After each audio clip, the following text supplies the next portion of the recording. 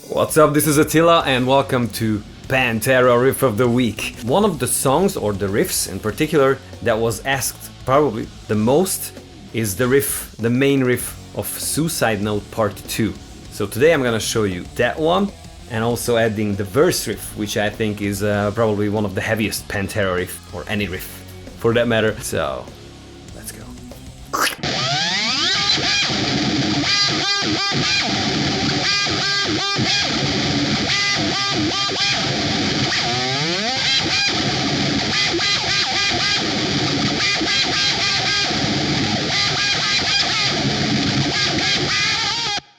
So we're in the 6th position on the E string, 6th fret. We're gonna also add the 8th fret on the D string, so it's an octave. And these are the notes that you're gonna use the whammy pedal for. The first note, the whole bar for 4 quarters, it's only this one. You just come up with the whammy.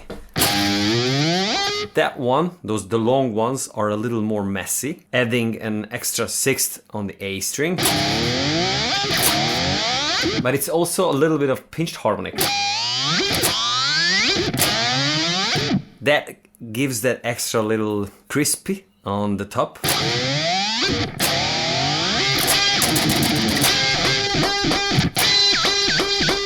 Which I can hear in the mix as well as in live footages. So the rhythmic feel for that very first note would be 2 dotted quarter notes, like da, da, da, and then a quarter note at the end. I have a feeling that it's like, that it's also picked, which I'm not so sure about, but maybe live he did. On the record I can hear this. Before showing how to use the whammy pedal, let me tell you how the rhythms and the notes are going. Not that many notes here, but so 1, 2, 3, 4. And then the next bar starts with a quarter with the whammy on the 6th fret. And then the next 3 quarters, only ghost notes that are happening there. You go back to the lower position on the whammy pedal and you're gonna pick 16th notes throughout the whole thing, all tremolo picking. 1, 2, 3, 4. I'm not sure if it's like one string or several. I think there's several guitar layers there. Maybe I think it was also palm muted. Then it's more clicky sounding, and I hear that with the isolated guitar track, which you can find on the internet. But also live, I think, and even in studio, there was more of like this, like several strings. And the two combined together gives that crazy sound. There's a little bit of a trick or a technical approach that I found very, very useful. I really believe that it's the way it was on the record. Unless the classic Digitech Whammy 1 is different from this perspective. Because, and let me show you this, if you turn on the whammy pedal, then the attack kind of goes away and it's there's a little bit of a delay that you can feel, especially if you do these fast parts with the whammy. Without.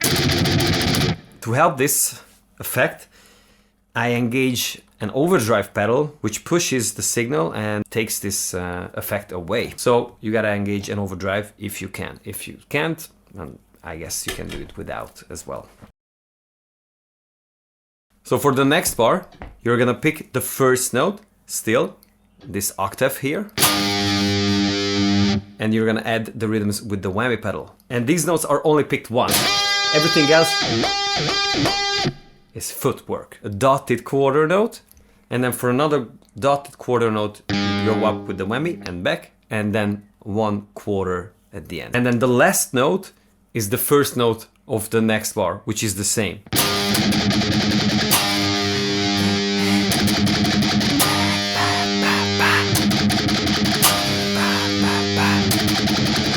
And there's a little twist with the structure. So it's only 3 times you repeat the. And after the 3rd time, again the. And then you go back to the long one. Throughout the whole bar, you come up with the whammy. And then we're gonna start the second round, which is fairly similar. First bar is the same, and then the second bar, the rhythm changes only because it's only picked once with the downstroke, but instead of 2 dotted quarter notes and a quarter note, now it's 4 quarter notes with the whammy pedal. Okay, so now let's talk about the whammy pedal. So after we set it up to 2 octave high position, the 2 octave pitch shifter mode, then we engage if we have the overdrive pedal, and then we can go. So the way I do it, the first note, the long one, that rings throughout the whole bar, I gradually open it up. And then, when I do the footwork, I don't go fully down, so it's... Otherwise, it's just too big of a distance, so don't go fully down. Something like that. Okay, still on. So. Okay. See? I'm kind of jumping like that. Not this much, but a little bit.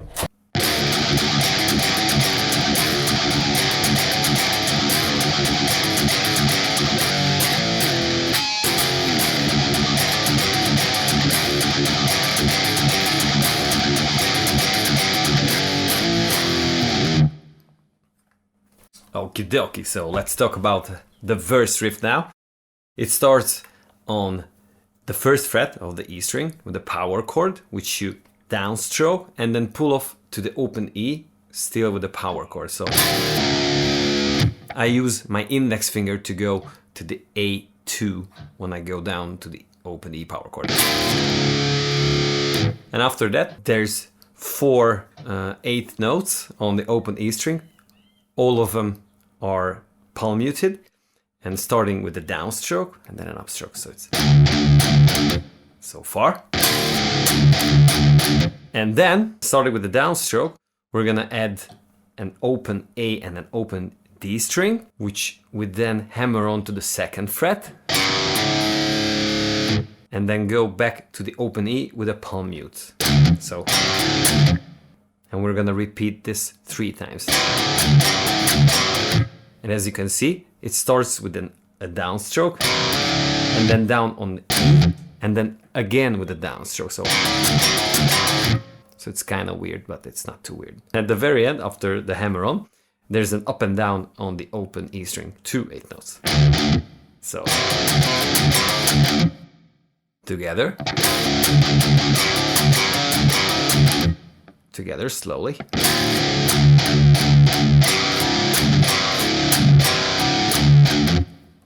And that's what you repeat 4 times. The sound the dime had there is it has a lot of attack. While the whammy pedal was on, you gotta use the overdrive, as I mentioned. And I assume that the overdrive was kept like that. So the attack of the sound, it's really heavy and articulate.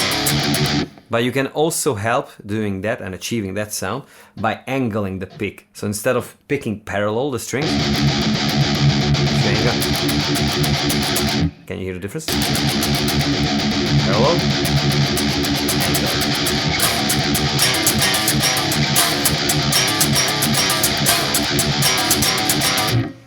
And just pick it really hard. This is the kind of part where you can go crazy. And then we're gonna go up to the 5th fret, power chord, and there's a little slide up there. And then to the 8th fret, steel power chord. A much slower slide up from the 5th, and then go down to the 3 on the E string. So fast slide up, slow one, and then a fast slide down.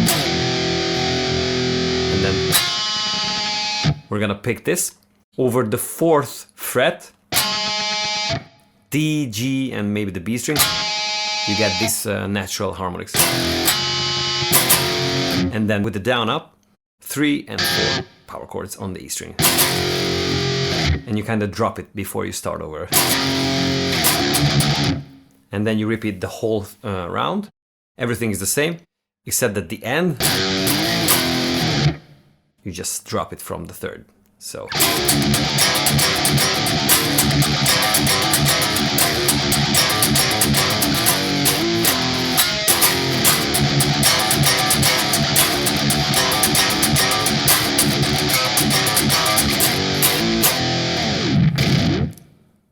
Thank you very much for tuning in. I hope that you enjoyed today's lesson and maybe and hopefully even learned something from it. And if you're digging what I'm doing here, don't forget to subscribe and hit the notification bell, because I'm uploading videos all the time. And if you want, you can support me by becoming a member on my Patreon site. There's several exclusive backing tracks, tabs, other lessons and stuff like that that I only publish there. So check it out if you will. Link below. Thanks again, and I'll see you next time. Ciao. I just wanted to show you how am I approaching this today. It's kind of funny. So we got the pedal here, and since I do not own another camera, I got this. Oops, still rolling from the last thing. Oops, yeah. Yep, right. This is a fun pedal for sure. Yeah, you can support me, become a member on my Patreon site, and yeah, that would help. No, I mean, you gotta do what you gotta do, and you gotta work what you have with, so it's all good.